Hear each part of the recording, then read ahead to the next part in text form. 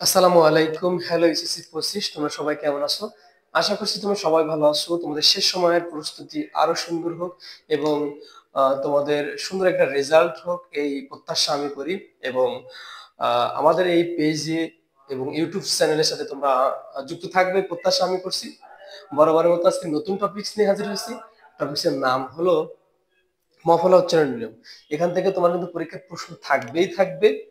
বন্দুকের গুলি মিস হবে, কিন্তু এখান থেকে প্রশ্ন আসা মিস হবে না। তো আমরা দেখি কেমন প্রশ্ন আসলে এখান থেকে হয়। মফলা উচ্চারণ নিয়ম, এখান থেকে তুমি দুইটা কোশ্চেন পাবা। এক নাম্বার হলো যে মফলা উচ্চারণের ফার্স্ট নিয়ম লেখো অথবা থাকবে বানান। তো আমরা একটু দেখি। দেখো প্রথমটা লিখছিলাম কি, শব্দের আদ্য।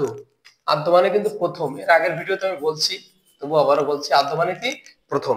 বলছি কি শব্দের আদ্য, শব্দের আদ্যে যে মফলা থাকে সেই মফলার উচ্চারণ অবিকৃত থাকে।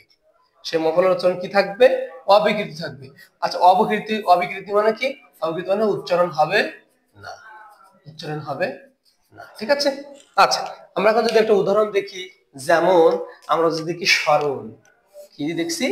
স্মরণ। আমরা কিন্তু স্মরণ লিখি দন্ত ছয় মফলা র মূর্ধন্য, স্মরণ লিখি না?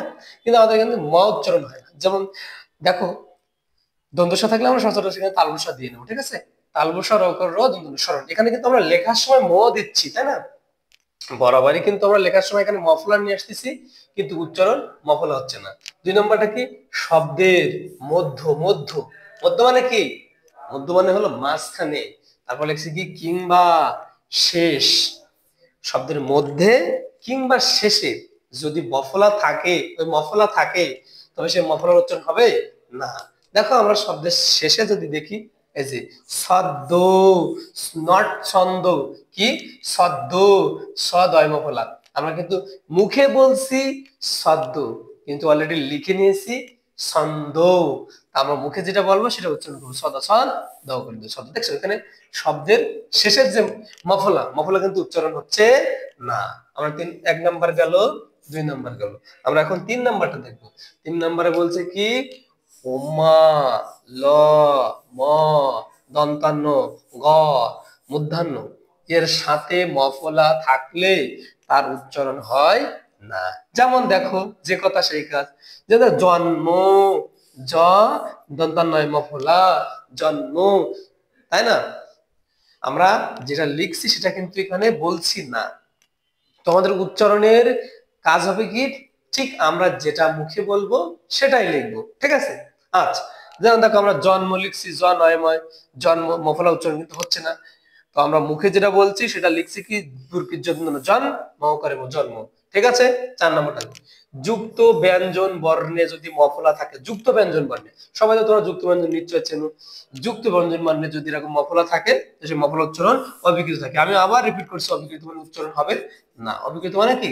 উচ্চারণ হবে না। আচ্ছা, যেমন আমরা উদাহরণ দেখি লক্ষণ, যুক্ত ব্যঞ্জন বর্ণ, লক্ষণ না?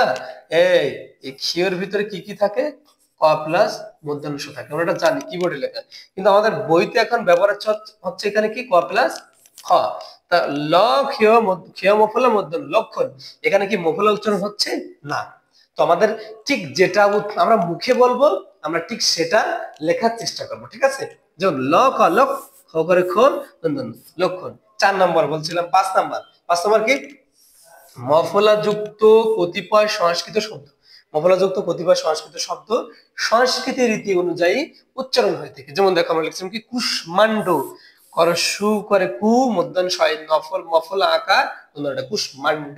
এখানে কিন্তু কিছুটা উচ্চারণ হচ্ছে। তা আমরা এটা ভেঙে যদি লিখি কুষ্মাণ্ড। তোমরা সবাই ভালো থেকো এবং সুস্থ থেকো। তোমাদের সকলের সুস্থতা কামনা করছি এবং আমি প্রত্যাশা করি আগামী 2025 সালে তোমাদের যে পরীক্ষা হবে, এই পরীক্ষাটা তোমরা সুন্দরভাবে দাও এবং সবার মনের আশা পূরণ হোক, এই প্রত্যাশা আমি করি। এবং আমি তোমাদের কাছে ছোট্ট একটি প্রত্যাশা করি, সেটা হলো আমাদের ফেসবুক পেজটি ফলো দাও, লাইক করো, কমেন্ট করো, শেয়ার করো। আর ইউটিউব চ্যানেলটি একটু সাবস্ক্রাইব করে দাও, লাইক করো, কমেন্ট করো। সকলে সুস্থ থেকো, ভালো থেকো।